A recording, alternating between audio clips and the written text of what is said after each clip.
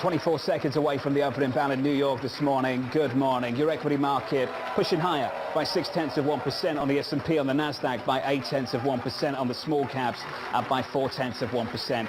Things turning around in the last hour or so. Switch up the board and get to the commodity market. Crude turning around. It was positive, pushing 120 on Brent, then pulling back. WTI, a break of 110 to the downside now, down by 0.9%. There was a fear, I say fear, I use that word loosely, forgive me, but obviously the idea that perhaps we might get an oil embargo on Russia in this commodity market. The Germans pushing back this morning, pushing back in this market, in the commodity market at least, turning around. Crude still negative. Euro dollar negative still too. We're down by 0.4%, call it 3 now, to 110.89 for a fourth straight session. In the commodity market, as I say, we're lower, and as we're lower, yields just giving up some of the move from earlier, 187.32 on 10s. Look out for the front end. Chairman Powell, day 2, coming right up. 40 seconds into the open. Let's get you some movers. Here's Abby. John, let's start out with something that we have not seen in 5 days, and that is the energy sector dropping. It is the one S&P 500 sector that is lower today on a mixture of these energy names. Of course, on that oil reversal that you were just talking about, ExxonMobil, Devon, Occidental Petroleum, Schlumberger, all lower. Again, the first day in several. That drop in oil really providing, though, a tailwind for stocks overall. So we do have the S&P 500 higher. Lots of the big names are helping out, including Apple and Microsoft. A little bit of a relief there that perhaps this oil situation that we've had going on could see some sort of an end. You also see the banks rallying. So overall, we have stocks higher as energy cools off. Abby, thank you. Let's talk about that turnaround in energy and touch base again with Bloomberg's Anne-Marie down in Washington, D.C. Anne-Marie, the Germans pushing back. As we've talked about, the United States might have different ideas. Where does this leave President Biden for his next steps if he needs to take them? Well, President Biden did say energy was on the table, but at the moment, Jonathan, the fact of the matter is that the U.S. and the European allies, they've decided there are going to be carve-outs for energy trades. But in the reality of it all, why they still want energy trades to continue, because they've spoken about how Russia is so important to the global market, individuals on their own, businesses are shunning these assets. It's very difficult to find a ship to go pick up Russian crude, even if you're seeing these steep discounts. At one point, almost $20 lower than benchmark Brent to go pick up Russian Urals. Refiners don't want to touch it. This potentially could be a legal issue, reputational issue. So they're just shunning it on their own. I think you were the one that phrased it, quote, self-sanctioning on their own. The issue that the Germans are talking about is the fact is they want to make sure that Russian gas continues.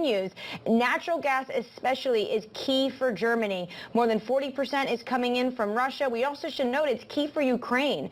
Ukraine gets a lot of transit fees, billions of dollars, because they have pipelines from Russia that go through to Europe. And this is how Europeans heat their homes. Anne-Marie, walk me through what you hear from your commodity contacts from your days at OPEC. Do you get the feeling that the people in the oil market are stepping back temporarily or stepping back permanently from Russian crude?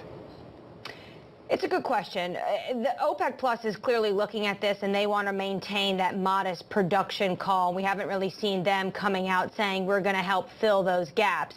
The oil market right now, Jonathan, is waiting and seeing, not just Russia.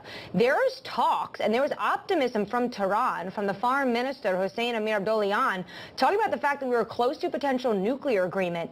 If that is the case, we can see an immediate impact on the market, because that would mean Iranian barrels would hit supply.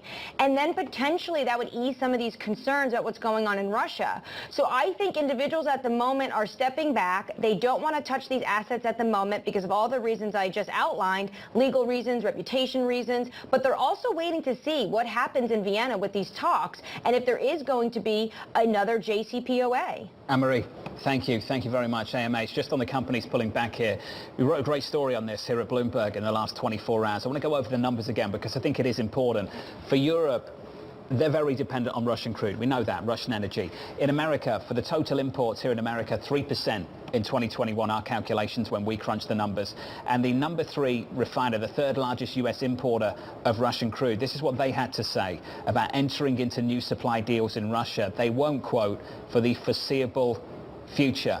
Companies are pulling back. And by the way, that line self-sanctioning, not mine.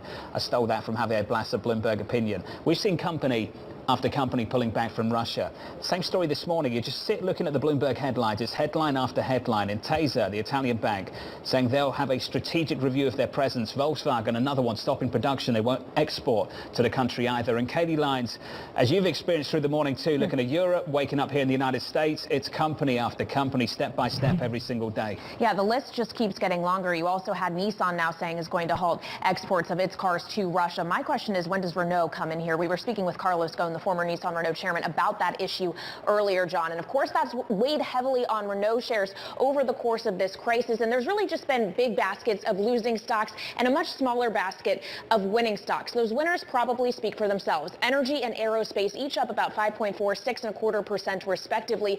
Energy benefiting from what until this morning had been pretty persistently higher oil prices, well as clearly there is a link there to defense spending. But what's been down? Consumer stocks, a lot of them that have exposure to Russia, the likes of Coca-Cola and McDonald's. You also have banks that have been put under pressure by yields that have moved lower for the most part. That index is down about 6% over the last 2 weeks. But of course, another that is very sensitive to that higher yield story has been technology. And we have seen some big moves in tech over the last couple of days. In the NASDAQ 100 average swing over the last 30 days has climbed to nearly 3%. That is the highest since going back to May of 2020. And the Information Technology Index, which is what we're looking at here, has swung 2% or more 6 times in the last 12 days, and that leaves us virtually unchanged over that time period. As we know, usually the direction big tech moves in is the way that the broader market moves in, given how heavily weighted those stocks are. But by and large, stocks in general have been moving together. What we're looking at here in white is the correlation between individual stocks within the S&P 500. That has been rising substantially. At the same time, we've seen the markets being roiled broadly by headlines. It is all about that macro picture, and that is driving a narrative in which a lot of stocks are moving in tandem, John. Hey, Kelly, thank you. Let's pick up on that tech story. This is the line from Citi and Rob Buckland and his team. They say this: we raise U.S. equities and global IT back to overweight. Both are growth trades that should benefit, they go on to say, in relative terms at least, from the recent sharp drop in real yields. Peter Cecchini, I want to come to you, sir. Do you agree? I tend not to agree. I think the recent action that we've been seeing in equities is really largely a product of capital flows, right? Capital flows out of Europe. We see European markets down. We see the SX 5E and 7E both taking it hard, and those flows are coming into the United States and flowing into Bitcoin as well, which has obviously become a really important alternative, especially for Russians and Ukrainians. Bloomberg had a story on that this morning. So I think the idea that growth stocks are going to benefit in this environment is misplaced. Especially because I think, as Chris said earlier, stagflation, which I have not talked about at all until a recent note, I think is on the table now. When we see energy shocks, like we're seeing now, there's almost invariably a slowdown or a recession. And I was getting concerned as oil, our call was for oil above 100 before the invasion of Ukraine. And that already had me concerned that was going to lead to a growth slowdown. And now, of course, given recent developments, that concern is heightened. And I think that's going to affect equities across the board, including big tech. Chris, you're perfectly positioned to help us out here. Just looking through history, I think a lot of people are wondering this.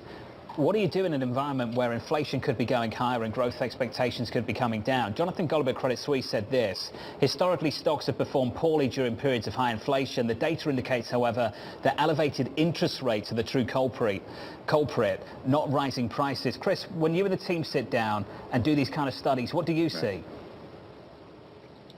So we do look at rates. We do look at break-evens. We look at and not just nominal rates, but real rates. And what we're beginning to find and what we're beginning to see, and I think you know this, we were very much in the reopening camp, cyclicality. We wanted to barbell that with quality. But now what we're beginning to see is that duration trade or that growth trade has repriced and repriced aggressively.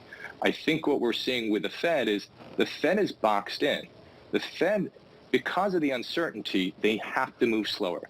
They have to be more conservative. It's an inflation that they can't control unless they kill off demand or unless they really impact demand. And they don't want to do that because the other part of their dual mandate is maximum employment, and that won't work out so well.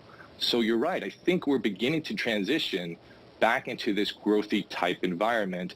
On Friday, we upgraded, for the first time in a while, small cap growth. They're significantly oversold. Short interest has come up tremendously. And more importantly, it looks like rates and the Fed, at least for now, have peaked. And that's an environment where growth begins to work. And I think that's what we're beginning to see today. Just to clarify, expectations for rates, Chris, given that they haven't even hiked yet. That's right.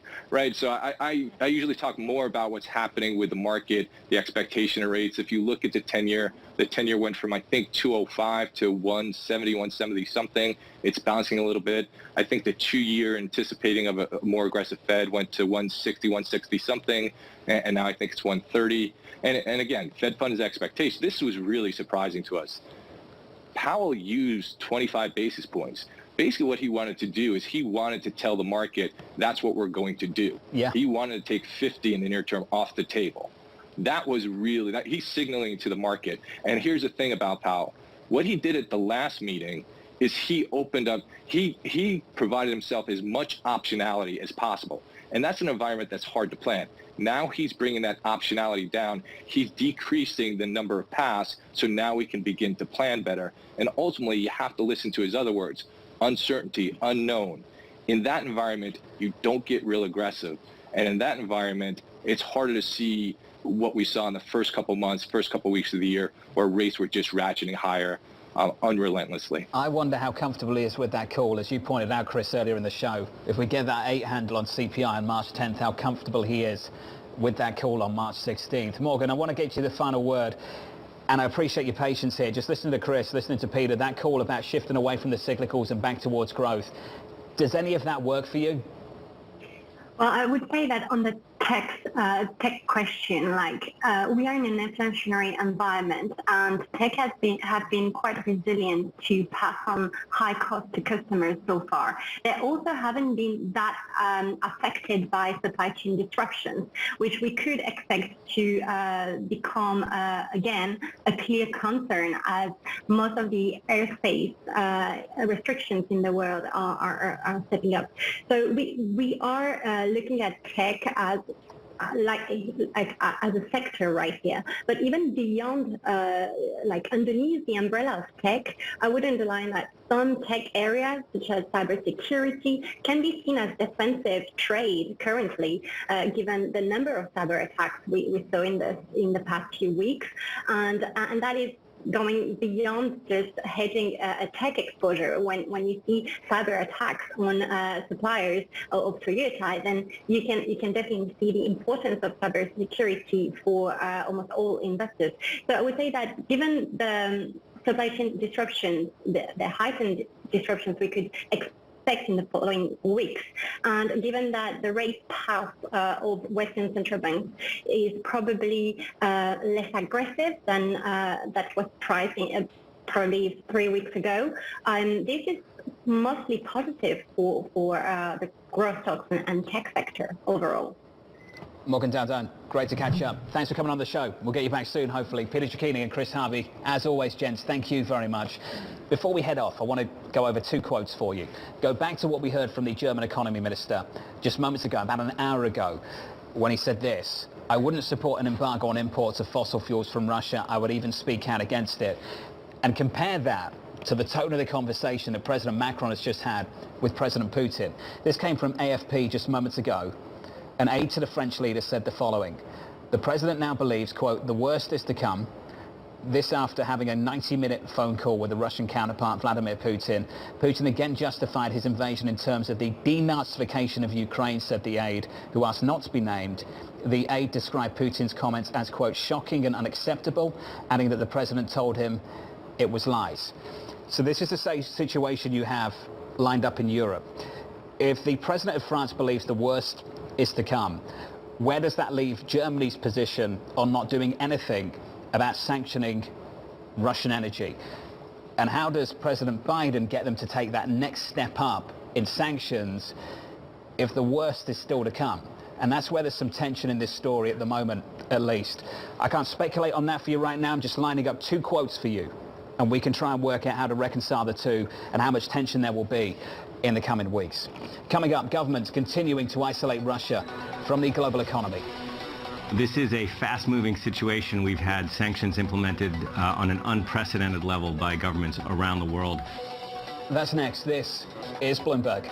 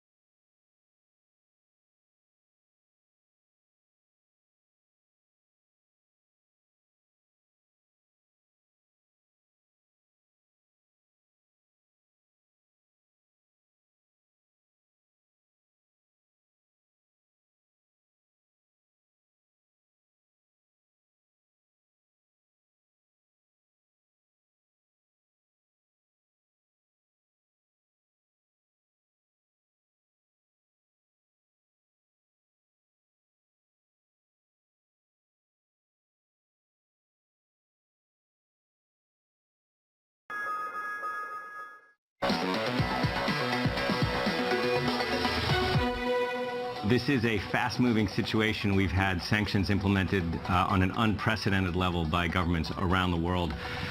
And as you mentioned, FTSE Russell has indicated it will be taking Russian listings out of our indices. And to my point that it is fast-moving, the London Stock Exchange has suspended trading in, I believe, 28 Russian-listed securities as well. FTSE Russell not the only ones. Western allies imposing sanctions on Russia, isolating the country from the global economy. The equity index provider MSCI, one of the latest funds exiting Russia, writing the following. The Russian equity market is currently uninvestable and securities should be removed from the MSCI emerging markets indexes. Bloomberg's Taylor Riggs has more. Morning, Taylor. And John, that quote is so telling because MSCI said, as you mentioned, that quote surveyed asset managers, broker dealers, other indices, and sort of that overwhelming majority just said it is uninvestable and you have to be removing some of the Russian securities from that benchmark. What's interesting is this comes as a broader point, and we know that a lot of those securities will be removed from the FTSE 100 and the FTSE Russell and, of course, the MSCI starting next week. Those will go to zero. But you've also had some interesting reaction from the ETF world as well. Take a look at this, the VanEck Russia ETF. They are going to be suspending share creation starting Thursday. So that will be the latest to effectively halt inflows as Wall Street's trying to figure out this fast-moving impact, of course, on the economics of this. VanEck halting those shares. So again, halting some of the new cash that enters that ETF until further notice. On Tuesday, you also had BlackRock halting the creation of new shares as well in their MSCI Russia ETF. DWS and Franklin Templeton have also taken similar action. So what's interesting, though, John, I think big picture is that our BI analysts have said that the removal of these stocks from MSCI, from the FTSE Russell indices will have little impact. Again, maybe there's only a 5% allocation in the global EM exposure here to Russia. If that goes to zero, the impact at least should be a little bit little maybe than we think. Taylor, what a tough moment with that market still closed over in Russia. Taylor Riggs, thank you. Looking forward to the coverage a little bit later on the close with Caroline Hyde, Taylor Riggs and Romain Bostic as well. Company after company, we keep going back to this, don't we? Isolating Russia. VW Group, the latest. Here's the quote. VW Group has decided to stop the production of vehicles in Russia until further notice. Vehicle exports to Russia will also be stopped with immediate effect. On the story, here's Abby. It really is very incredible, John. Fast and furious, these companies are exiting and cutting off ties with Russia. VW joining a growing list of companies that we've been highlighting this morning, earlier, Kaylee, and of course yesterday. The list is wide at this point. Toyota, Honda, VW, of course, Alcoa, ExxonMobil, not so long ago Nissan, even Formula One ending their contract with the Russian Grand Prix today. The hope, of course, is to provide pressure on that Russian economy and to influence Putin. Relative to the oligarchs, there is pressure there too, a yacht being seized earlier. But the splashiest, of course, Roman Abramovich. He's selling, as you know, Chelsea Football Club. He's seeking about $4 billion for the sale, also trying to build some goodwill given the fact that he has so many other assets that could potentially go after. But relative, again, to the motive of sanctioning the economy, the self-sanctioning, the informal sanctioning to hurt the economy, that underperformance relative to the U.S. stock market, John, is pretty stunning. The SPY proxy for the S&P 500 down about 7% this year, heading to its worst year since 2008. But relative to the 76% plunge for the Russian stock market, that's simply nothing. It seems like the self-sanctioning is working. Abby, thank you. Thank you very much. I just want to go back to these two lines, just to conclude our thoughts here in this particular section. So we've heard from the German economy minister who said this: I wouldn't support an embargo on imports of fossil fuels from Russia. I would even speak out against it. And we've just heard, according to the AFP news agency, from an aide that the French President Emmanuel Macron believes the worst is still to come in Ukraine after having a call with the Russian President Vladimir Putin. The AFP news agency pointing out that Putin is aiming to seize the whole of Ukraine. This is according to a Macron aide after the Putin call. That's the feeling of Emmanuel Macron. So you've got the former position, the latter event. That's what we're fearing. Can the latter event materialize without the former position being tested? That's what we need to try and get our head around. Okay, so the German economy minister doesn't want sanctions on Russian crude, Russian energy. At the same time, the French president is incredibly concerned that the worst is yet to come. If the worst is still to come, do they have to move an inch, a mile on that energy embargo? And does President Biden step in and push to do the same? That's what we need to work on through this week. From New York, coming up, the trading diary, counting you down to payrolls Friday, just around the corner, and a whole lot more. From New York, this is Bloomberg.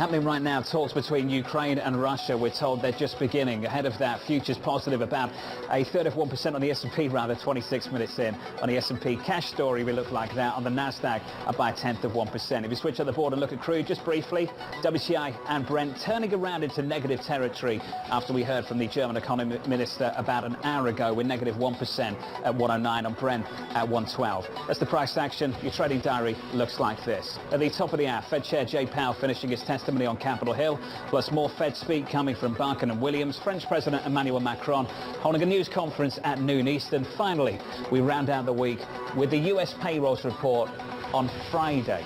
Tomorrow, looking for something in and around 400K. Then this time next week, we've got an inflation print in America and an ECB meeting as well. From New York, that does it for us. Thank you for choosing Bloomberg TV. This was the countdown to the open. This is Bloomberg.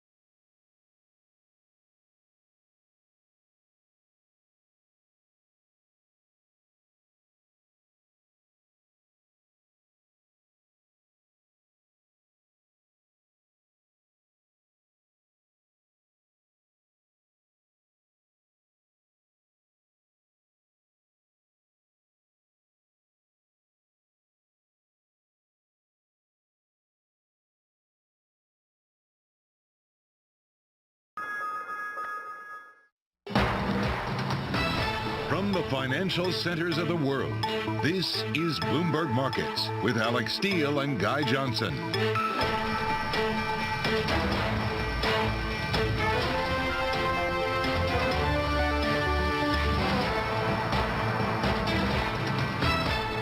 It's 30 minutes into the U.S. trading day on Thursday, March 3rd. Here are the top market stories we are following for you at this hour. The second week of war. Russian forces continue to bombard Ukraine as the two sides get set for a second round of talks today. With the violence escalating, how secure are Ukraine's nuclear facilities? We'll have more in an exclusive interview with Rafael Grossi, IAEA Director General, this hour. The crisis hits commodities, supply shortage concerns fuel volatility across the complex as metals hit fresh records and wheat is at the highest since 2008. Oil nears $120 a barrel, then retreats as Germany signals it would impose an embargo on Russian energy. And back in the hot seat, it's day two for Fed Chairman Jerome Powell on Capitol Hill. He'll face the Senate Banking Committee shortly after yesterday telling House lawmakers he's inclined to support a 25 basis point hike this month. From New York, I'm Kaylee Lyons with Guy Johnson in London. Alex Steele is off today. Welcome to Bloomberg Markets. It's day two for Jerome Powell's second round of Ukraine and Russia talks. Guy, a lot for this market to consider. And data to factor into the mix as well as we count you down to that day two on Capitol Hill for Jerome Powell. Let me bring you the February ISM Services Index, the gauge falling to 56.5 versus 59.9. The estimate 61.1, so a significant decline. This is the bulk of the U.S. economy we're talking about here.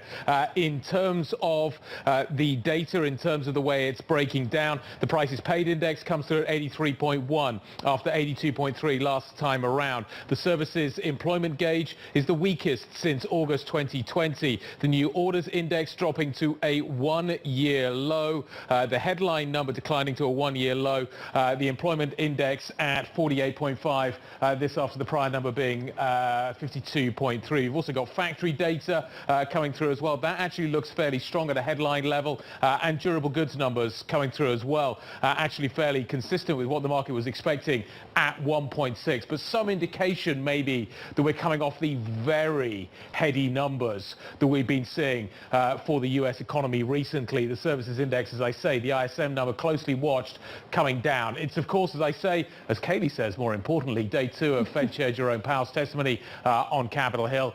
Today he faces the Senate Banking Committee. Bloomberg's Mike McKee joining us now. Mike, first of all, how will Jerome Powell be reading these numbers that I've just read out? Give us some smart analysis on what's going on here. Well, if you look below the headline, we don't know whether it was Omicron caused or whether it was something to do with the economy slowing down overall because now people are getting less money from the government. But the supplier delivery times and inventories are still not good numbers. So it does suggest there are still bottlenecks there that are causing inflation. And that leads us to Jay Powell, what he's going to think and what he's going to talk about since he has Kaylee's permission today. He's already said he's going to raise rates 25 basis points. That was yesterday. He's in favor of it, and what the chairman wants, the chairman is going to get. They could do 50 at some point, and this is important because this is a message basically to the hawks on the committee saying you're not marginalized. We do agree that there is an inflation problem, and we can talk about it if things don't start to improve. Inflation likely to fall this year. That's a statement he made in yesterday's testimony that the Fed is clinging to. It's sort of transitory without transitory, using that word. They do expect prices to fall, but as we have seen, prices, at least for oil and energy, going up because the Russian war. And that brings a lot of uncertainty. That's one reason that Powell was very clear yesterday in saying we can't make a prediction for how many rate increases or even how high we're going to go because we don't know what's going to happen with the war. And you can see that playing out here. Now, if you take a look at the white line, that's a 30-year mortgage rate. And then the blue line here is existing home sales. And look what's happening. Mortgage rates have gone up by 100 basis points, but people are still buying houses. So they're still pushing the price of homes up. Has nothing to do with the war, but then you bring in the war and you've got here the gasoline average price. And we know what's been happening with that. And I'm sure the same thing's happening with petrol prices over in Great Britain. And yet service station sales still high. People are going to have to buy gas. Maybe it means less for other parts of the economy, but it is still an inflation problem, and Jay Powell's going to have to deal with that. All right, we will listen to his remarks shortly. Thank you so much to Bloomberg's Michael McKee. And joining us now for more on how all of this translates into the equity market is David Kostin, Goldman Sachs chief U.S. equity strategist. This week, he raised his S&P 500 dividend forecast for the year from 8% to 10% on earnings growth. So, David, we'll come to that in a minute. Thank you so much for being here in the studio with me. Mike was just talking about expectations that the Fed will now probably hike 25 basis points. We had obviously seen a very aggressive repricing of the hawkish expectations from the Federal Reserve. We started to see that unwind. The 10-year real yield is now back down at negative 88 basis points. How does this translate into your world? So the way it translates is that companies that have strong growth and are unprofitable or have low or thin profit margins have been negatively affected as rates have been rising. And to put some numbers around that, when real yields that you just referenced were negative 1% approximately at the start of the year, they dropped, if you will, or they rose, become less negative, around negative 50 basis points just before the hostilities and the war in Ukraine. Now they're back, as you said, negative 80 basis points or so. That is, when rates are rising, that is really a challenge for the valuation of long duration stocks. Long duration meaning their average term of their cash flows is far into the future. So that has been an area of great focus, and it's been particularly painful for portfolio managers, which are heavily concentrated in these sort of unprofitable, primarily technology, but in some cases also healthcare stocks. Those have been challenged. Now, they've had a little bit of a rebound as rates have moved the other direction and gone lower. But is that going to stick, though? No, our expectation is that that rates will continue to rise, and both nominal yields, 10-year U.S. Treasury yields will end the year closer to 2.25%, and you'll see real yields also rise, move towards negative about 15 basis points or so. That is going to be a challenge, will continue to be a challenge, and to keep that in mind, that these high growth, but relatively low profit margin companies, they were trading 100 days ago at 12 times enterprise value to sales. Today, they're 6 times.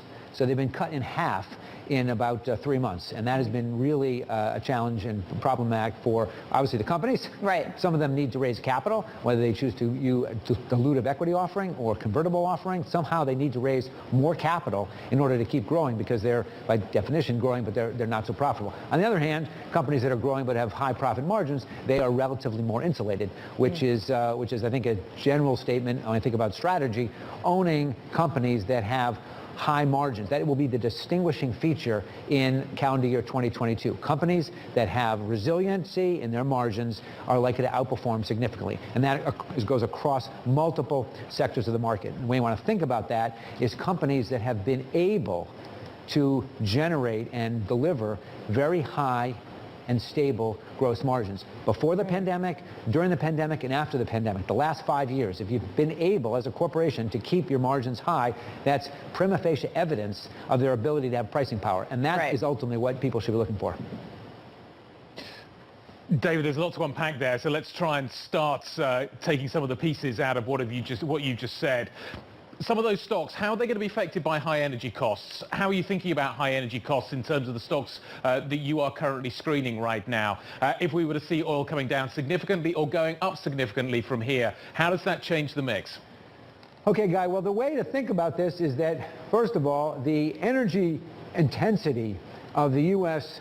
economy, and particularly the equity market, is relatively much lower than it was in previous episodes. And you have a much more technology-oriented, sort of growth-oriented, relatively low capital-intensive businesses comprise a pretty large, significant, sector component of the U.S. Publicly traded markets. And so, therefore, the higher oil prices, which obviously have spiked a lot, basically act as a tax and take a little bit of profitability from a whole host of companies and industries and transfer those into what turns out to be windfall profits, if you use that term, windfall profits in the energy sector. And so from an aggregate point of view, the amount of profits is still sort of similar. It just gets reapportioned, reallocated across the different components of the equity market. And so we're looking at earnings overall for the U.S. Market to be rising around 8% this year. And that's basically driven by the fact that nominal GDP growth is very, very high because inflation and real growth as well. But real growth is more modest, and real economic growth is decelerating, still growing, but at a slowing pace. And so in nominal terms, that's how companies report their revenues, in nominal terms. And so you got revenue growth, margins obviously essential, and your point is an important one, companies that have lesser or more energy exposure. But the energy is really not the key issue in terms of the profit margins. It's the labor costs. Labor cost is the big area and the differentiating factor. And Guy, you want to think about it in the following way. The typical company in the United States has a labor budget, a labor cost of around 13% of its revenues. That's a fully loaded number. That's a salary and bonuses and stock-based compensation and option issuance. And in America, healthcare is a cost that's borne by the employer. And so we fully load that at 13%. You've got a distribution. Some companies at 5% ratio, some companies 25 or 30%. That's a variable that's probably more important from a profit margin perspective than the energy that you were asking about. Well, and we know the Federal Reserve is looking at labor costs and wages as well. Speaking of the Fed, they have not yet hiked, and yet we've already seen financial conditions tightening. And I'm wondering how that translates into what kind of risk premium an investor is going to demand. So in a tightening financial conditions environment, which is certainly something that we are anticipating at Goldman as the year progresses, both because the Fed is hiking, we anticipate they'll continue to hike, because bond yields are rising, and because you have other attributes of the tightening financial conditions that we use as a metric. Historically speaking, when you are in a tightening financial conditions environment, quality stocks do better. How do we define quality? Well, that is a stronger balance sheet, generally speaking, larger market cap, more stable operating margins. Those are attributes that traditionally have been viewed with characterized as a quality metrics, and they tend to outperform as compared with companies with more variable opportunity, or the idea of lower market cap, smaller market cap stocks are more challenged in general. So that's because smaller companies tend to have weaker balance sheets, therefore the tightening financial conditions have more of a negative effect on those companies. So that's really a playbook, if you will, based on history when you have these tightening financial conditions, which is I think a challenge for a lot of companies. David, a lot of people are trying to get their arms around the exposure that European businesses have to Ukraine and to Russia. We're still working our way through that process. A lot of uncertainty surrounding it. Do you expect, as a result of that uncertainty, do you expect as a result of the potential growth hit that we're going to see here in Europe, that we're going to see money flowing back across the Atlantic? Is this just from a sort of geographical point of view, a situation where you want to favor U.S. equities? So guys, it's an important observation. There's sort of two competing developments. One is money flow, and money flow has been directed here in the United States towards non-U.S. equities. When you look at some of the flows in the mutual fund industry and things like that, that's been the pattern so far, and I would expect some of that to reverse. And one of the reasons for that is that here in the United States, the publicly traded equity market, about 75% of the revenues are generated by within the United States, or say within Canada. We'll call that North America. That's the source of the revenues, and so there's less sensitivity in terms of the demand from less sensitivity to, say, some of the situation in Europe for those companies here in the United States. Obviously, there are some companies that are more skewed towards their revenue exposure to Europe, but broadly speaking, the U.S. equity market is far more domestic oriented than many people perceive. I mean, the economy, the United States, obviously an important trading partner with many corporate, companies and countries around the world. But the actual revenue source for many companies is highly domestic. Of course, there is supply chain issues that relate to the trading patterns, but actually the end market, and that's really a key variable. And our basic expectation is that the U.S. economy will be decelerating, but still growing, and that's generally speaking a positive for equity markets over time. David, great to see you today. Really appreciate your time. Really appreciate the notes I get every day from you and the team. Really fascinating reading on a daily basis. David Kostin, Goldman Sachs, Chief U.S. Equity Strategist. Thank you very much indeed, sir. What have we got coming up for you? Residents gathered this morning to block access to Europe's biggest nuclear power facility. Where is it located? It's located in southern Ukraine. We're going to discuss the security of Ukraine's nuclear facilities. We have an exclusive interview coming up with Rafael Mariano Grossi. He is the IAEA's Director General.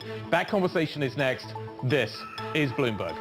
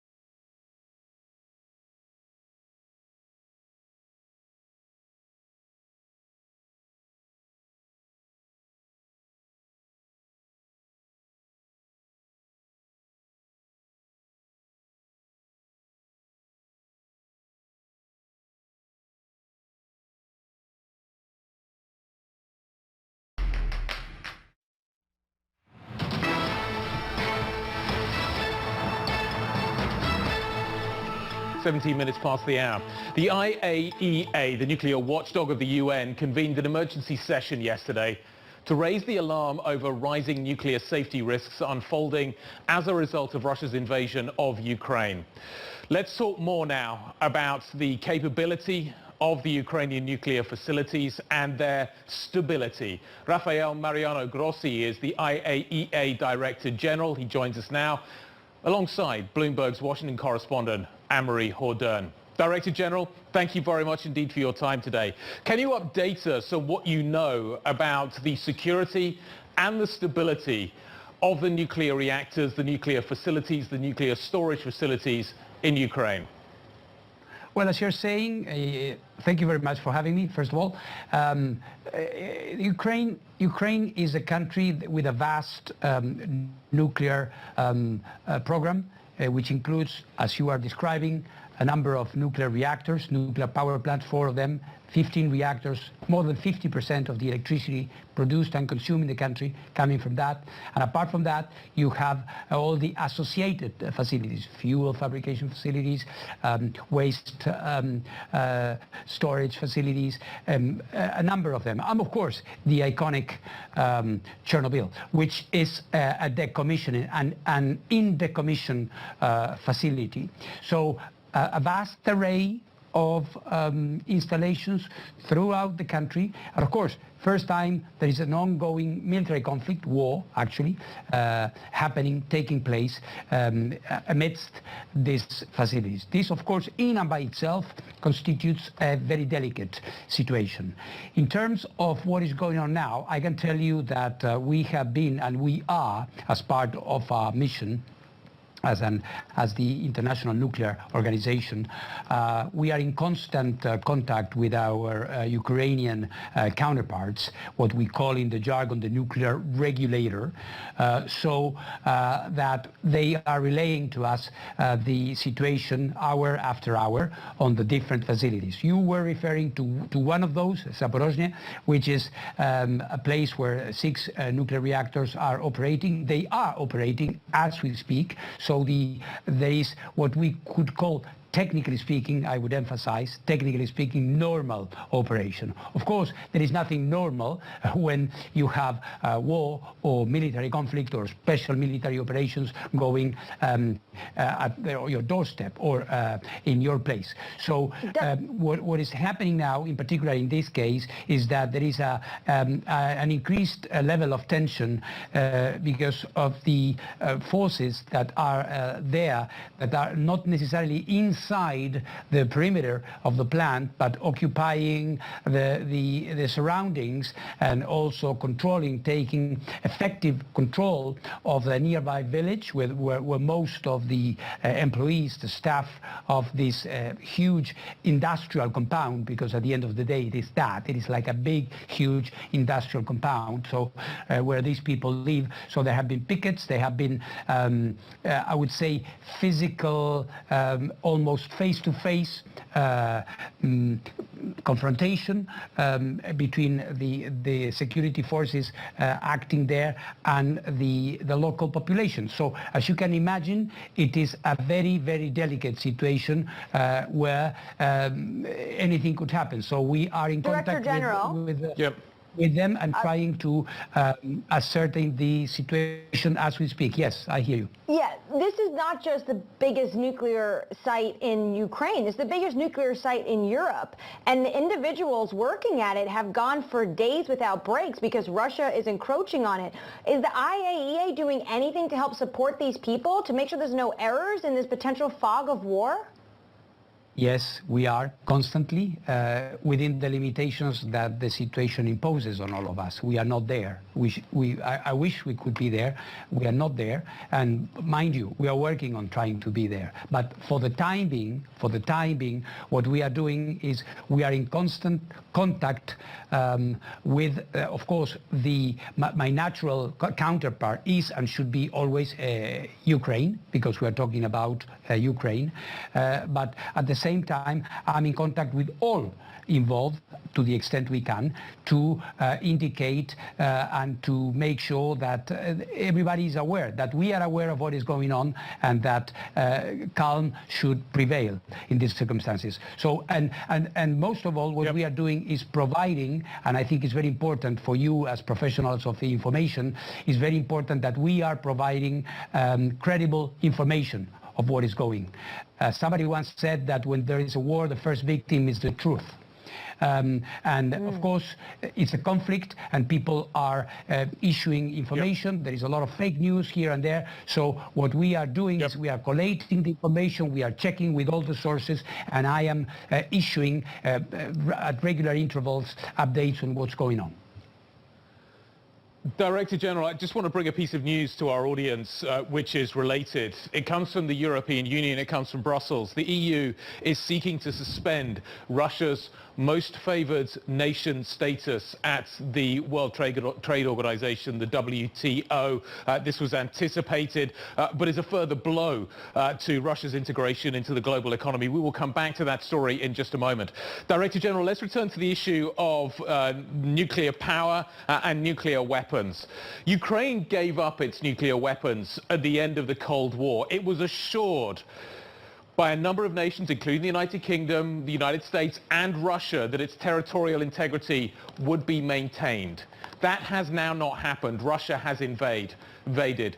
What message does that, do you think, send to other nations, other leaders with aspirations to be nuclear power, to maintain their own security? What message does it send about the need to maintain those weapons rather than give them up?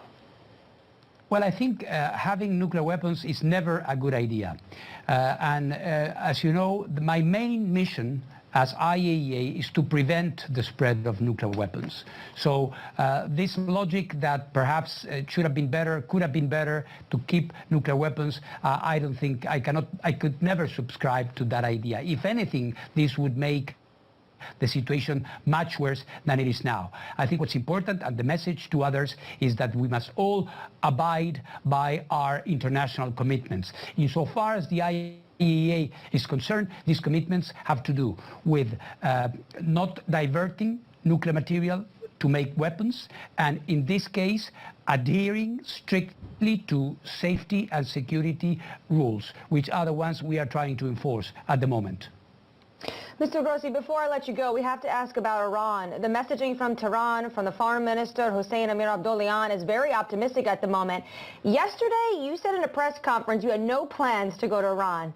But now you are going to Tehran on Saturday. What has changed in the last 24 hours?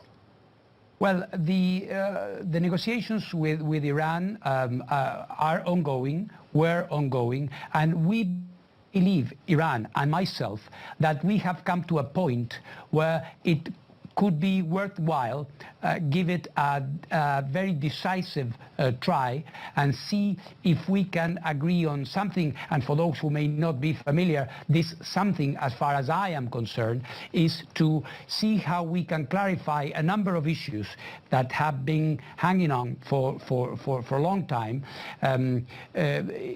because the IAEA found traces of enriched uranium and other nuclear material, and has information about installations and places that had never been declared to the IAEA. So these, combined with the ongoing negotiations, which, as you know, are taking place also in parallel here in Vienna, on the revival or possible revival of the agreements, the 2015 agreements, in the jargon, the JCPOA, the Joint Comprehensive Plan of Action, so Program of Action.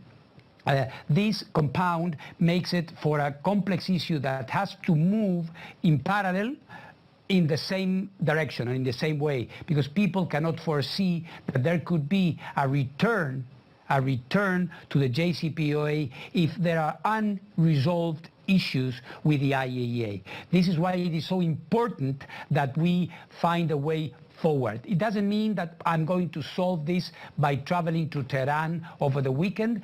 It means that we are going to try to see eye to eye understand each other and see what needs to be done so that these things are clarified, and at the same time this paves the way for the other agreement maybe to be revived.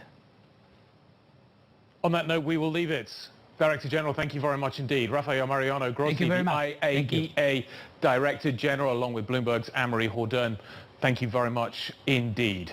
Let's turn our attention to what is happening where Anne-Marie is right now. Washington, D.C., day 2 of Fed Chair Jay Powell's testimony before Congress. Yesterday it was the House. Today he is testifying before the Senate Banking Committee. Let's listen in. Senator Toomey in the seat. At a time when the economy is booming. What I'm a little bit worried about, and I fully acknowledge nobody knows how this is going to play out, but I think it's fair to say that this war has changed the risk profile a little bit with respect to inflation, as you just alluded to. There's certainly some upward pressure on energy and maybe beyond. And all else being equal, it probably increases the risk that we'll be looking at downward revisions in growth. Nothing certain about that, but the risk is higher. And so I wonder if you could share with us your thoughts on the importance of fighting inflation if we find ourselves in a situation where growth is less robust than what we're hoping for now. So I would agree on both the supply and demand side. There's a lot of uncertainty. The oil prices are higher. That typically does weigh on spending to some extent. But at the same time, we have households and businesses that are in such strong financial shape where it's not clear what those effects are going to be.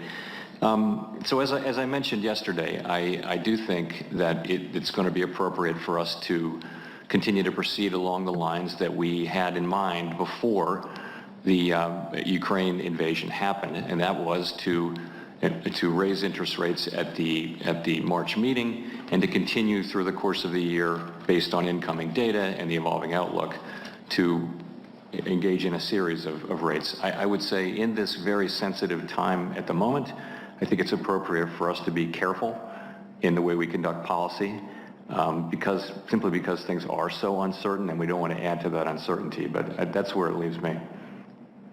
I just hope that that the actual practice going forward at the Fed is consistent with what I think you were alluding to earlier, and that is the need for price stability as a precondition for maximizing the well-being of American workers. If we're in a world where we don't have price stability, they don't have job security, they don't have income security. It's just so important. I sure hope that we exceed all of our expectations about growth this year, but I don't know that.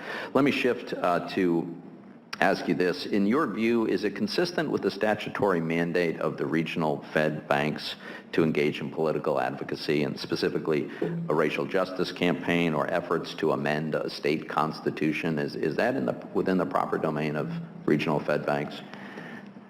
So, as we've discussed, the reserve banks have generally had and exercised a degree of freedom of oversight from the Board of Governors, in their research activities, in their policy thinking activities. And that has always been thought to be a benefit, including by me, because it avoids the kind of groupthink you could get if you had one economic staff in one building and that's where all the governors were. So it's been a feature rather than a bug of the system for a long time.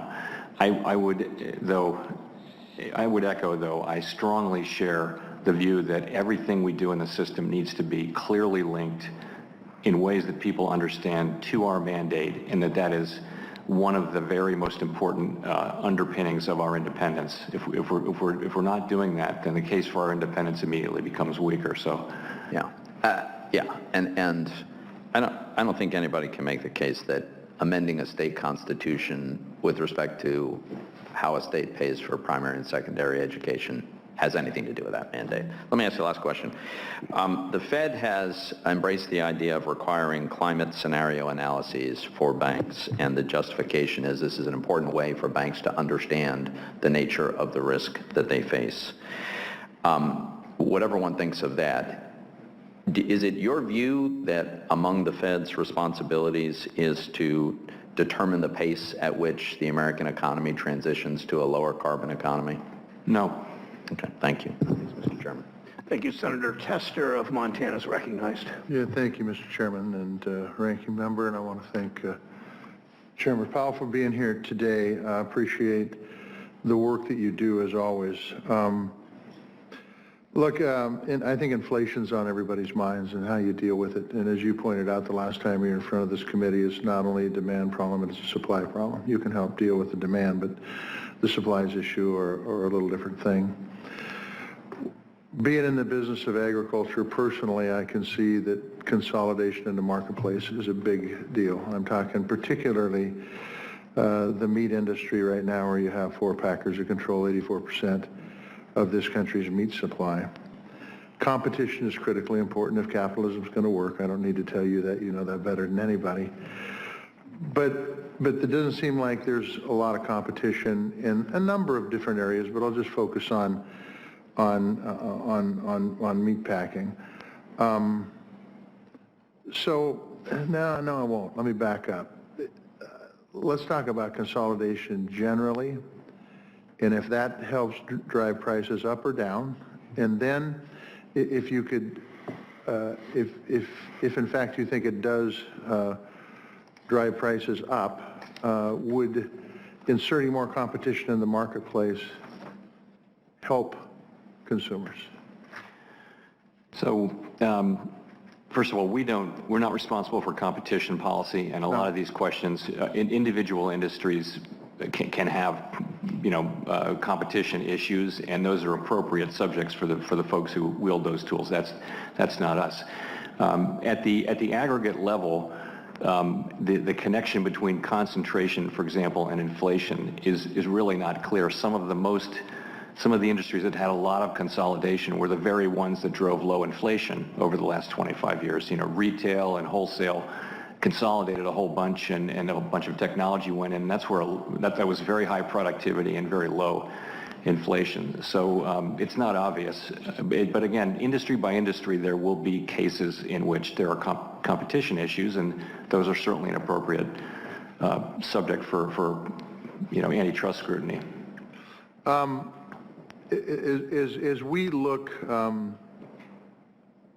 at the war in Ukraine, as we look at inflation that is occurring here in this country, and I know you're chairman of the Fed, and I know that these are areas you might not want to get into, but I will ask anyway. You can always decline to answer, and that is are there certain things we should be doing right now or paying particular attention to in the inflation realm? In particular, I'm sorry, in the sense of? In sense from a congressional standpoint, are things we should be paying particularly attention to try to free up? Now, so I don't want you to answer that question for you, but I think trucking's a big issue in this country right now. I think being able to get products in and out of this country is a big issue right now from a shipping standpoint. Should we be looking at those kind of things? Should we be looking at other things? I do think that over time, there are certainly things that Congress could do. I think in the near term, really it's down to the private sector and, the supply chains and things like that, getting untangled, getting fixed, and it's down to us doing our jobs with our tools. But I would agree, though, that, we need more labor supply. We need more semiconductors and things like that. Clearly, you mentioned trucking. We're short workers right now in a way that we had a shock to participation that's much larger than in any other country, and there must be ways to address that. Although some of that is voluntary, clearly on the part of people who've decided to retire and things like that. Okay. Thank you, Mr. Chairman. Senator Shelby is recognized from Alabama. Thank you, Mr. Chairman. Chairman Powell, welcome again to the committee. You spent a lot of time with us here. You're the chairman of the Federal Reserve. We have this hearing now before the United States Senate Banking Committee, but millions of people around the world are watching this hearing and watching what you say and also what you do at the Fed. Let's talk some more about price stability, because I think that's so important. We know what the term is, but to the average person, just explain what you mean by price stability, which is a mandate of the Congress gives the Fed. So we think of price stability as having inflation that is 2%, right around 2%, but it may be a clearer way. Stable prices, stable everything, right? Yes, but really what it means is that people can go about their daily lives without thinking much about inflation. It comes down to that, and that it's just not an important consideration for people living their lives, taking out mortgages, putting their kids through school, or for businesses that are borrowing and things like that. It affects everybody in the economy just about, doesn't it? It does, and one way or the other. And when inflation goes up, and you're seeing this now, real wages, really, what matters is whether your wages are going up more or less than inflation, and for the most part, real wages are declining, but not for everybody. I think at the bottom end of the wage spectrum, real wages have actually been increasing, and that's why we need to get inflation under control. It's going to be harder to get it under control once it's rampant than it would be when it starts out. My question to you is this. We know you have a lot of great gifted economists at the Federal Reserve that furnish you data on every trend on prices and price that would tend, dealing with inflation, price stability in the world, and how it affects us here, everybody. The Fed obviously missed the trends there. Was it a question of not having the right data, or was it a question of ignoring the data you had? Because a lot of private, I wouldn't say all, but a lot of private economists predicted where we're going on this inflation, and they were spot on 2 years ago. Was it a question of, again, you didn't have the data, which you should have, or you misjudged the data or ignored the data? No, it was not about data at all. This is really what it was about. When inflation really just about barely a year ago, in March of last year, started to move up quickly, central banks and macroeconomists really overwhelmingly looked at that as like a supply shock, like an oil shock. And what the textbook says is the shock's going to come and it's going to go, and you shouldn't react to it. And so we looked at it that way. And I would say by the middle of last year, we started to move away from it, and we moved away from it at an increasing rate of speed. Hindsight says we should have moved earlier, and that turned out to be wrong. Not maybe conceptually wrong, but it's just taking so much longer for the supply side to heal than we thought. So in hindsight, you certainly wouldn't have done that, but I think there really is no precedent for this. We looked at it the way it was. There were certainly some voices, and they've turned out to be right so far. Ultimately, we think the supply side will improve, and that'll help with inflation. In the meantime, we're going to use our tools, and we're going to get this done. About 40 years ago or more, we had rampant inflation in the U.S. We had a chairman, Dr. Volcker, who was chairman of the Fed, and he was maligned for a little while by people, but praised later. But he brought the leadership to the Fed and to the country that we had to squeeze inflation out at all costs, just about. And a lot of it was draconian. You have to do it.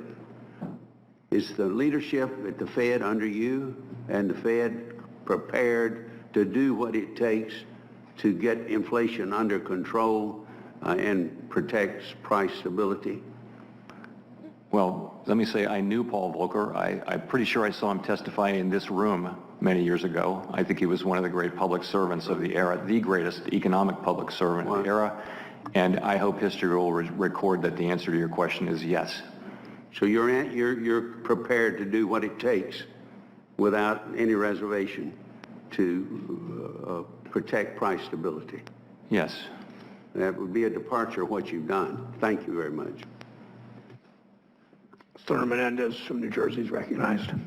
Thank you, Mr. Chairman. The Biden administration, in coordination with U.S. allies around the world, has placed historic sanctions on Russia in response to the invasion of Ukraine.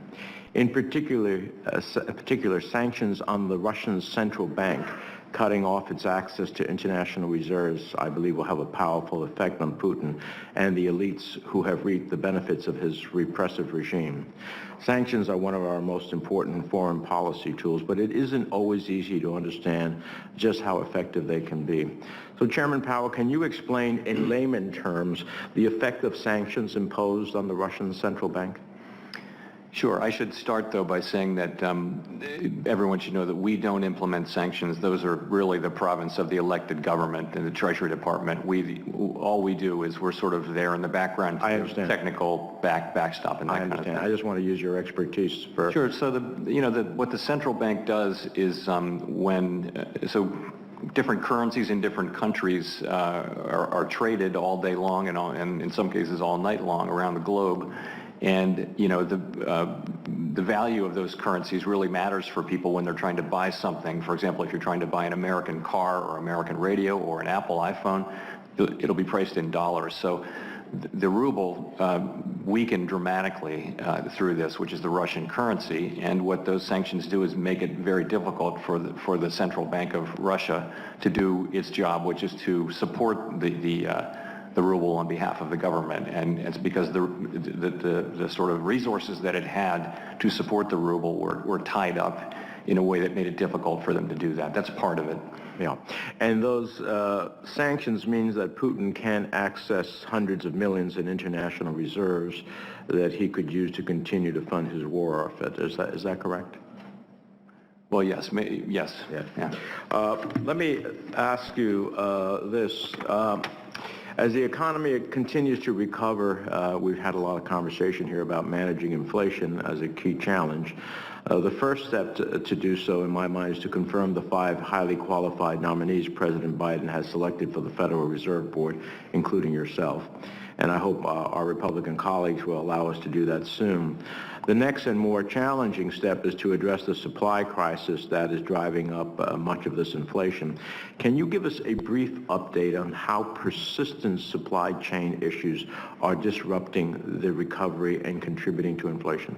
Sure. So a lot of the inflation we're seeing is coming from imported goods or manufactured goods that contain imported content, and the price of shipping, for example, internationally has gone up quite a lot, and there are long delays, and the ports are full because demand is really so high. It's a demand problem as well as a supply problem, and we've been feeling very small amounts of progress on that.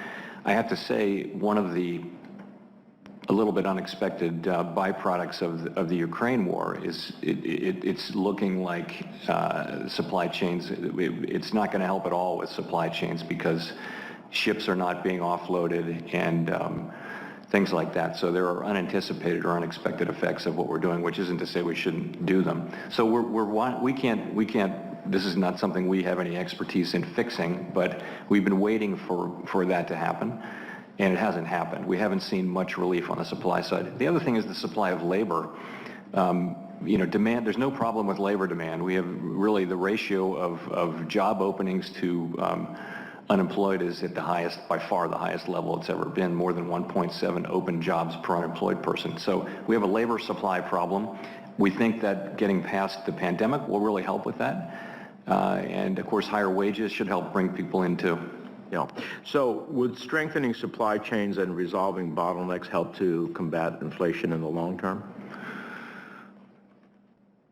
Certainly in the near term it would. I would think it would be certainly a good thing. We passed the Strategic Competition and Innovation Act last May, and the House now has its own provisions. I'm looking forward to a reconciliation of that because that would address bottlenecks, strengthen our supply chains, and going forward, including funding to boost domestic production of semiconductors and my supply chain database provision as well. Finally, you just mentioned labor. We're facing a dire labor shortage across the country, which is holding back our economy. The Fed's monetary policy report from last week noted that, quote, labor supply has been slow to rebound even as labor demand has been remarkably strong. There are currently 11 million job openings nationwide. Immigrants are ready and willing to fill many of those jobs. Would you say that if we had a process in which we could bring those immigrants out of the shadows into the light, have them go through a process, criminal background check, and make sure they paid their taxes, that the role of immigrants in mitigating the current labor shortage and rising inflation would be a significant one? Saying that we don't do immigration policy, as an arithmetic fact, the immigration has been much lower and accounts for a meaningful part of the labor shortfall. And that's why leading business groups agree with you. Thank you, Mr. Chairman. Thank you, Senator Menendez. Senator Crapo from Idaho joins us from his office. Thank you very much, Mr. Chairman. And Chair Powell, thank you for being with us today. I wanted to start first by following up on some of the line of questioning that Senator Toomey raised. Just a couple of quick questions in terms of the ability to manage the Fed and its ability to operate right now. It is correct that you were recently named by the Federal Reserve Board as the Chairman pro tem pending the handling of your nomination. Is that correct? Yes. And in that capacity, you have the full ability to chair the board while we wait for the handling of your nomination. Is that correct? Yes, it is. I want to make it very clear. I hope that we handle your nomination soon, and I intend to vote in support of it. But I just wanted to also make it clear that you are fully functioning as the chair now, in the capacity of chair pro tem. And it's also correct that you were named in January by the Federal Reserve Board as the chairman of the FOMC. That's correct also? Actually, I was elected by the FOMC to be chair of the FOMC. You were elected by the FOMC? Yes. All right, good. And let me move on to just one other aspect of it. You've already discussed the dual mandate of the Fed today, the low and stable inflation rate and maximum employment. Disturbingly to me, there are some who are suggesting that the Federal Reserve should, in addition to that, or even to claim it as a part of that, that the Federal Reserve should stop so-called suboptimal industries from having access to capital, either to restrict their access to capital or to deprive their access to capital. Do you believe that any kind of standard such as that should be something that the Federal Reserve Board should pursue in its supervisory capacity? No, I do not. All right, I appreciate that, because this is a disturbing trend that has come in a number of different contexts over the last few years. And the notion that we should utilize our federal regulatory and supervision authorities to decide which industries are optimal and restrict those that we don't like politically from access to capital is a very alarming idea that I think America should reject quickly. Finally, I just have one more question. Obviously, related to Ukraine and the issue of oil and energy markets has come to the forefront as a result of a number of different aspects, whether it's sanction questions or whether it is simply the issues of depriving Russia access to the utilization of Nord Stream and many other aspects. Do you expect that the strains on the oil or energy markets that we will see coming out of this war will act to push inflation even higher, or will act as an impediment to our ability to get inflation under control? In the near term, and we already see this, oil prices are up, substantially from where they were 2 months, 3 months ago, and that will get into gasoline prices and other fuel prices, and that will show up in higher inflation. The question really is, what will be the extent of those, and even more important, what will be their persistence? So typically with an oil spike, prices go up and they either stay at that level or they go down. In either of those cases, they add to the price level, but not to inflation. It's really, the concern though is there's already a lot of upward inflation pressure, and additional inflation pressure does probably raise at the margin the risk that inflation expectations will start to react in a way that is negative for controlling inflation. All right, thank you very much. Thank you, Senator Crapo. Senator Warner from Virginia is recognized from his office. Thank you, Mr. Chairman. Chair Powell, it's great to see you, at least remotely. I want to pick up where at least point out, because I want to move to Ukraine, where my friend Senator Crapo raised some of the issues. It is obviously the responsibility of the Fed, as we're looking at the economy, to evaluate systemic risks to the economy, is it not? Yes. Thank you. And you and others have testified that whether we call it climate change, sea level rise,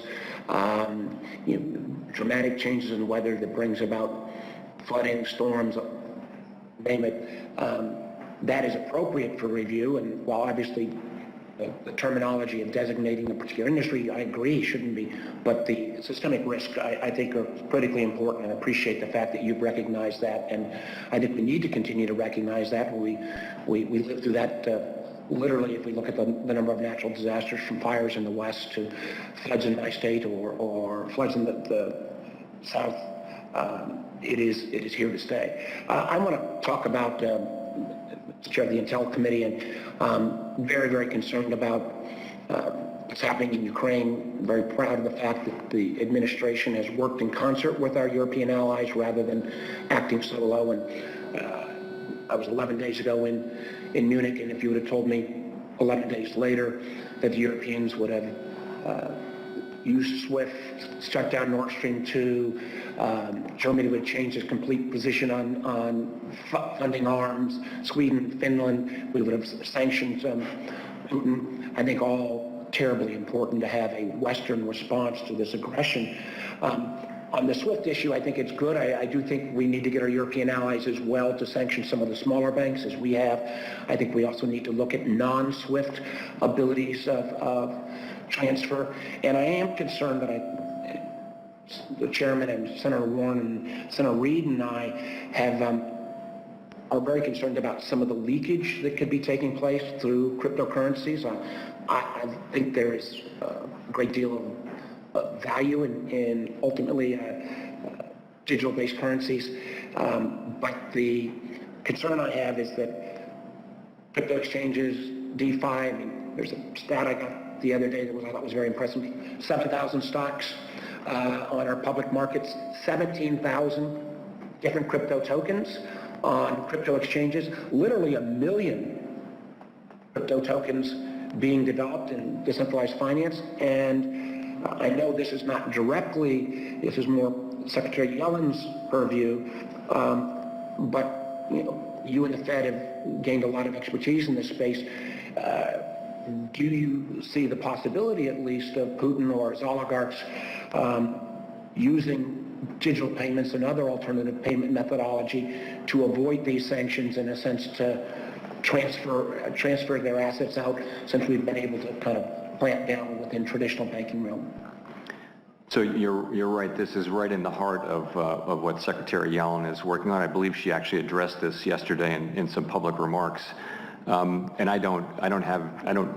I'm not privy to any, private information about this. You are reading about it. I saw that crypto transactions are spiking in the Ukraine and in Russia.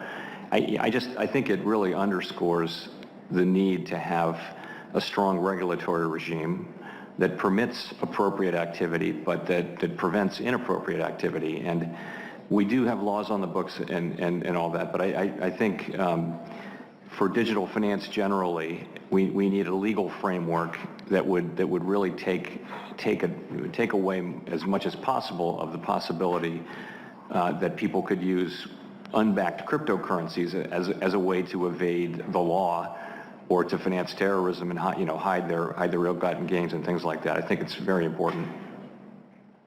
And again, I appreciate the fact that the Fed has, I think, both expertise-wise, ramped up in this space. I do think, the notion of the United States having a digital currency, when we see the challenges around the digital yuan from China, but I do think the amount of capital flows that are going into this area, non-banked in many ways, there is not that kind of clear regulatory overview. It's something we need to look about. And I think as an independent source, we're going to need to continue to draw upon not only yours, but the enormous resources you've got at the Fed to at least follow the capital flows. And I am gravely concerned that Putin and his oligarchs may use this escape valve to escape these sanctions. Thank you, Mr. Chairman. Thank you, Senator Warren. Senator Scott from South Carolina is recognized. Thank you, Mr. Chairman. Thank you, Chair Powell, for investing the time with us. We've seen you a lot lately, and I think it's important that we continue to have the conversation in public about the priorities of the Fed. One of the concerns that I have, I think both Senator Toomey and Senator Crapel have discussed the importance of the Fed staying on mission and not looking for ways to expand the mission, looking at nominees like Ms. Raskin's approach in public statements as it relates to the environmental responsibilities that the Fed should take on. I am completely, unequivocally opposed to that direction. I know that there's a lot of attention being paid these days to ESG.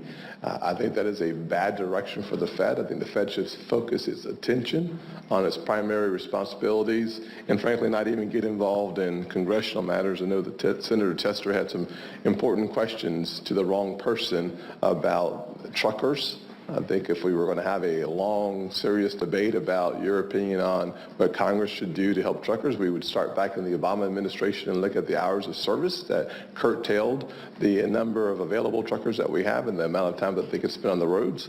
So there's a lot of things that the Fed shouldn't do. The one thing that we want you to continue to do is to focus on the impact that our everyday folks like in Abbeville, South Carolina, or in Anderson, South Carolina, or feeling the pressure from the inflationary effects of this economy. And we can't tie that to Russia or conflict. We can just tie that to bad decisions by Democrats and the Biden administration when on day one you cut off the Keystone XL pipeline, which could have pumped 800,000 barrels a day, and we are dependent on Russian oil at 600,000 barrels a day. The inflationary impact that South Carolinians have felt since December of 2020, where prices were $1.99 and now they're $3.40.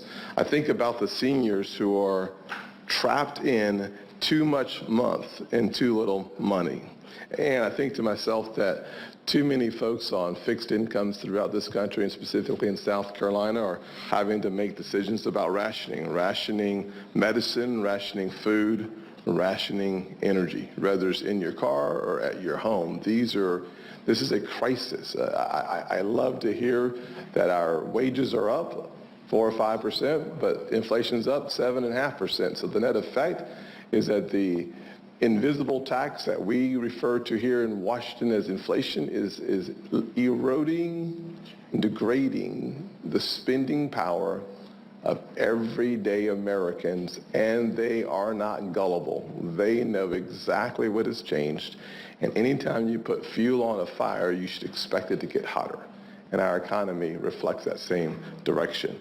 And those are concerns that I have. And I know that yesterday you spoke at length about how the Fed policymakers are working to game out a variety of policy scenarios to grapple with the uncertain economic risks posed by the ongoing geopolitical turmoil while simultaneously working to curb still rising prices. And I think that is an important and incredible balance that you'll be in charge of. And I'm frankly didn't vote for you the first time. I'm voting for you this time because I think that you've proven that you have kept your eye on the ball, and it's necessary for folks in my state and around Senator this country. Tim Scott I would love of North Carolina.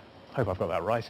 My eyes aren't what they used to be. We'll be listening, of course, to the Fed Chair, Jay Powell's testimony before the Senate Banking Committee.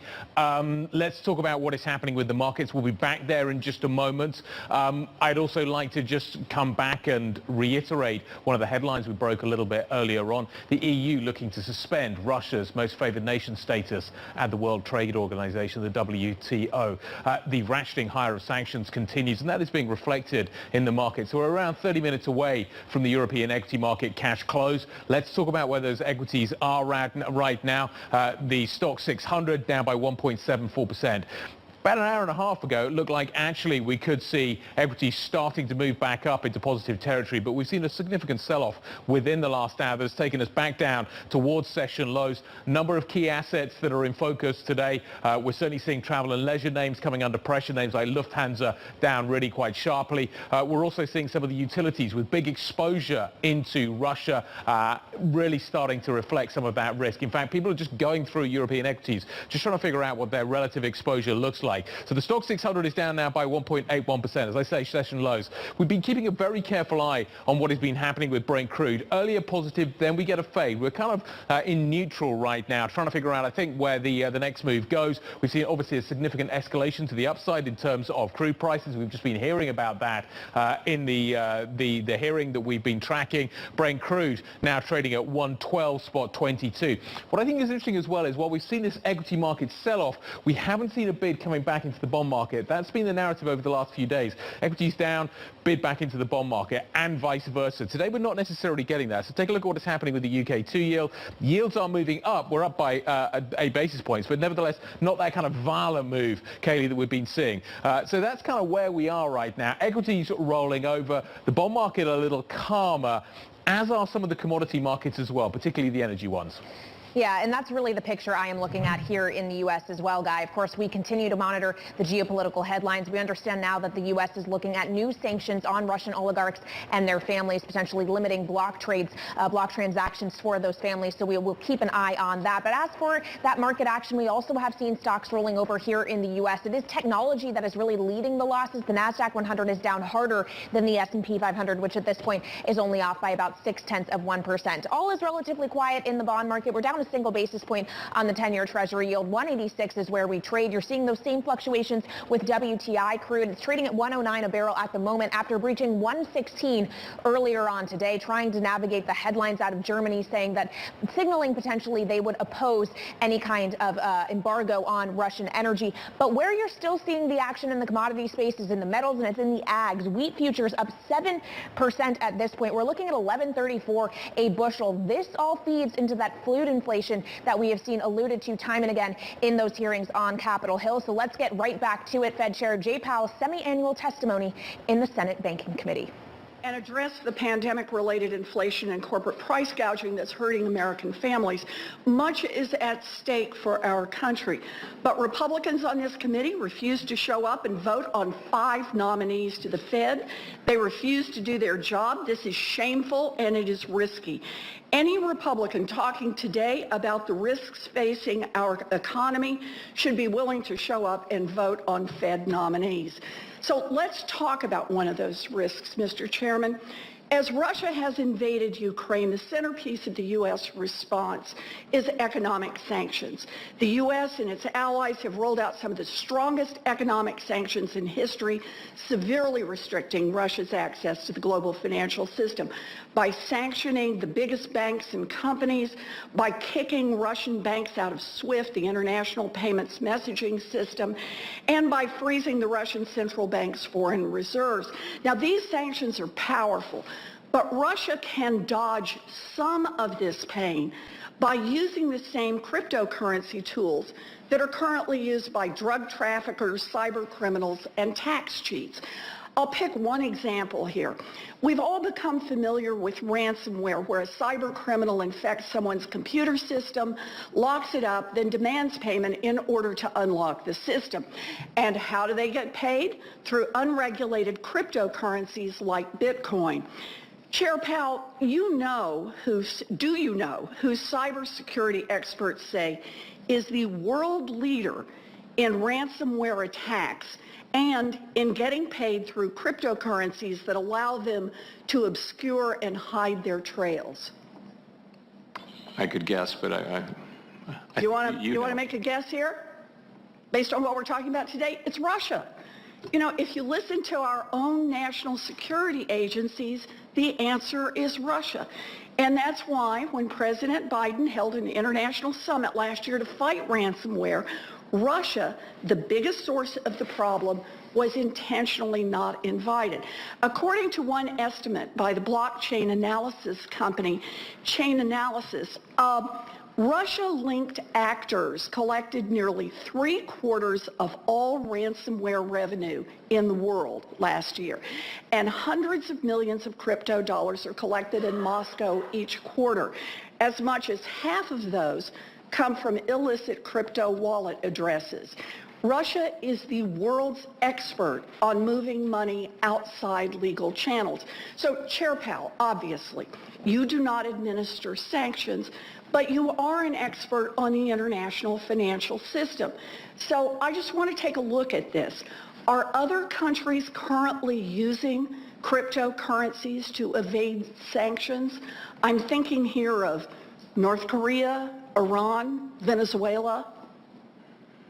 Honestly, it's not something we're responsible for. I mean, I have read it. I've read publicly that those things have happened, though, yes. Well, the Treasury Department, the Department of Justice, the United Nations, and the IMF all say that the answer is yes. Crypto takes the sting out of sanctions. And in fact, the Treasury Department warned last year that crypto could undermine our sanctions regime. Theoretically, the crypto industry is supposed to enforce sanctions as well. So let me ask, Chair Powell, is the crypto industry enforcing sanctions right now? So what I've read, again, this is really for the Treasury Department, but I've read the same things you have and that you had in your letter, which is some reluctance expressed on the part of the crypto industry to do that. All right. They are supposed to, but the problem is they haven't been doing a very good job. Just read the Treasury Department's sanctions review or the UN reports on sanctions compliance.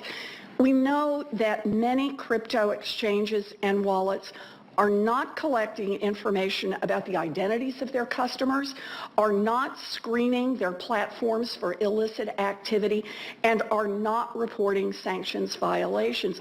Heck, this is how North Korea has been able to move money around and finance its illegal missile programs. Here's the thing. The whole point of crypto is that it allows someone to conduct financial transactions without having to go through the traditional banking system or traditional financial intermediaries. Right now, millions of transactions are taking place that are completely unregulated with no one verifying who gets what. And that means that while sanctions can make it very difficult for Russian companies, political leaders, and billionaires to move money around in the traditional financial system, there is another shadow, unregulated world that they can turn to. Crypto poses a variety of threats to financial stability, to investor protection, to our environment. But crypto is also providing a new way for countries to sanction-proof themselves. Cracking down on crypto is a critical piece of holding Russia accountable for its aggression. We can't fool around any longer. We need to get new crypto rules in place. Thank you, Mr. Chairman. Thank you. Senator Moran from Kansas is recognized. Chairman, thank you. Chairman, thank you. At least one member of the Open Market Committee has said that combining a relatively steep path of rate increases with a relatively modest reduction in the balance sheet could flatten the yield curve and distort incentives for private sector intermediation, especially for community banks. Help me understand the relationship between balance sheet decisions and rate increase decisions and what thought process you would undertake in that regard. So we think of the interest rate as the active tool of monetary policy, and we think of the balance sheet as something we do really in urgent situations. We buy assets, and that tends to drive down long-term rates. So what we're very much about to do, and we're going to do this over the course of this year, is both raise interest rates, and we're going to begin to allow the balance sheet to shrink and run off. As the balance sheet shrinks, it really depends on what, the securities are maturing is what's happening. And Treasury, on the other side of the wall, Treasury is deciding what to issue. So they issue long, short, in the middle. That's what they do. So, but basically, and that will have an effect on the yield curve and on financial conditions. But those are decisions that Treasury makes. But the way we do it, though, to answer your question, is we want to decide a path for the balance sheet, and then we want to let it go in the background and have the interest rate tool meeting to meeting be the active policy tool. I hope that's responsive. And what's the different consequence between altering the balance sheet and altering interest rates? For the shape of the yield curve, you mean? What happens differently in the economy as a result of doing one or the other, or is there a reason what's the reason to do them together? Well, we use the tools when we're using them actively, cutting interest rates and buying assets, buying longer-term assets. We're trying to provide support for the economy. The interest rates affect shorter-term rates. They actually, more than they affect longer-term rates. Quantitative easing affects longer-term rates, and those are important in the economy. When you turn it around, really, as I tried to explain, we shrink the size of the balance sheet, but really, for example, if Treasury were to issue only long bonds, well, that would drive up rates, and that would tend to tilt the yield curve up. But that's a question for Treasury, the issuance question. And I'm trying to understand why you're trying to explain, and the fault probably lies with me, but is there in regard to interest rates, long-term, short-term, does it matter which of those tools you use? And is there a consequence different to an American industry, a sector of our economy as a result of the machinations between those two tools? Not really, not really. Again, with